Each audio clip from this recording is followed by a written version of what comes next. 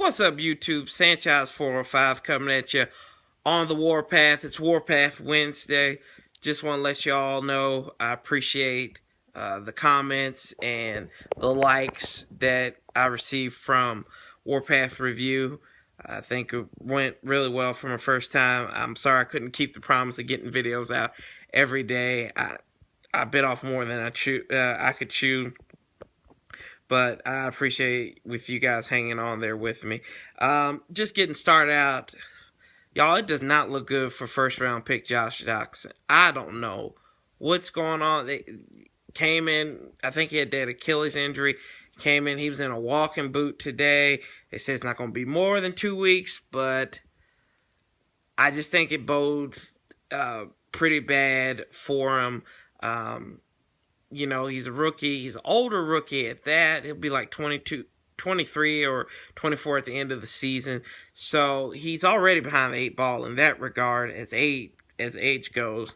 But, you know, in a testament to Scott McCloughan, I don't care what you think about the guy. I think a lot of us in Redskins Nation believe that this guy is a great GM. Once he's off the bottle and everything, he's good to go.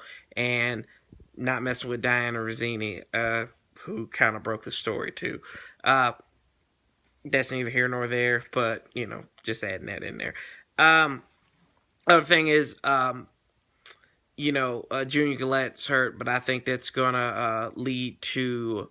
What is it with the Achilles injuries, though? Junior Galette, Josh Doctson? You know, but Junior Galette, I mean, you know, I wish the guy could come back, but I think this is going to leave the door open for Preston Smith.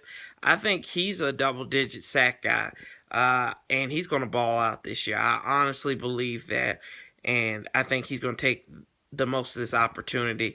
And, you know, staying with the defense, I don't know who keep on getting these videos of these one-on-ones with Josh Norman against Pierre Garçon and Deshaun Jackson. Yes, the boy looks burnt worse than his Carolina barbecue. But it's one-on-ones.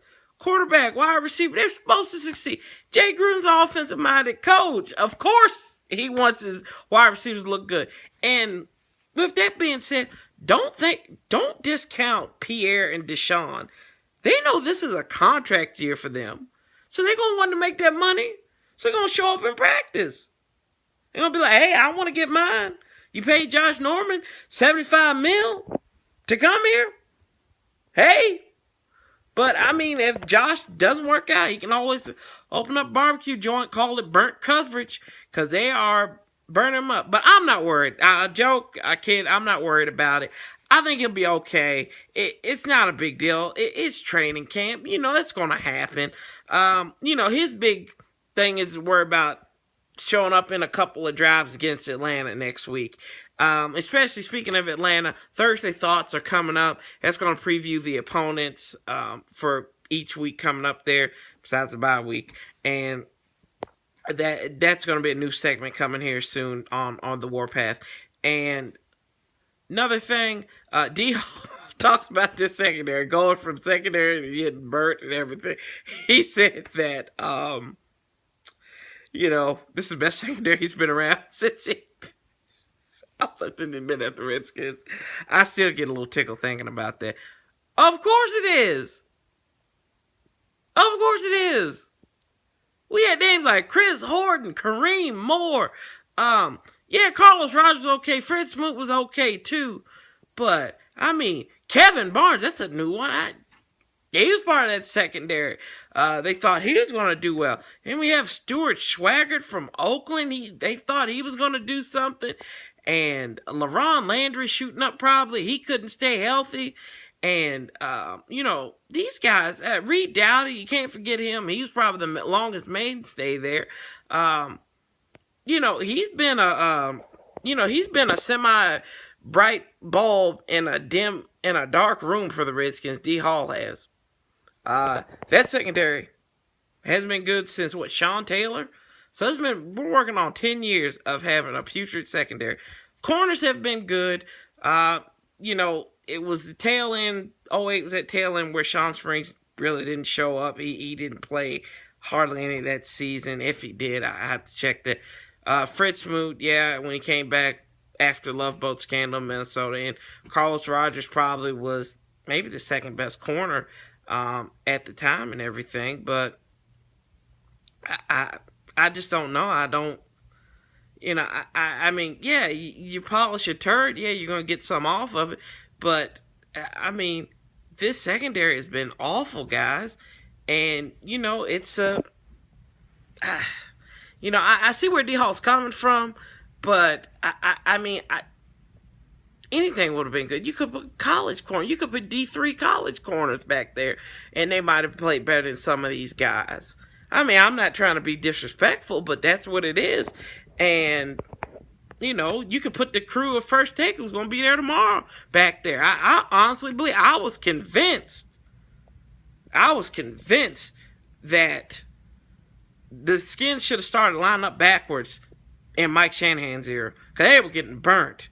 And, we got Ryan Clark. We let Ryan Clark go only to get his old, decrepit self back. And, so it's neither here nor there. It's over with, but we'll see how the secondary goes. I'm hopeful with the addition of Josh Norman, Brashad Breeland balling out. We don't have Amerson there, who decided to go to Oakland and actually learn how to play the game. Oh, he put down the video games. What? Yeah, but either that. But I really do, DHall be there at safety. That strong safety position, we'll see who will go there. I'm banking on my man, Sewell Cravens, but, he tries out the linebacker spot too. And, trying to shift gears here, if you didn't know, Chief Z passed away a couple weeks ago. Redskins super fan. Guys, and I'm serious, I love Chief Z. I never really, I'd seen him, I met him, but I really didn't get, you get to touch the hand, shake his hand and stuff like that. But I never had a conversation with as a lot of Redskin fans do. But the man was the Redskins mascot. I really honestly believe. And no offense to the Hogettes or Hogette fans or anything like that, but this guy deserves his place immortalized in Redskins history. I mean, whether it's in the Ring of Fame or something, a plaque that just honors the man, it needs to be done. Dan Snyder paid for his funeral reportedly, and for whatever it's worth, hey, Dan might be a terrible owner, but he might not be a half bad guy, and I honestly believe that it would be well served if he did it. And it's no offense. If you want to put the Hogettes in there, put them in there. Chief Z basically got his ass whooped for this team. He went to Philadelphia. And we know them people are crazy. We know Philadelphia fans are disgusting, awful. We've seen EDP. And he's not even from Philadelphia. He's from California. So, I mean,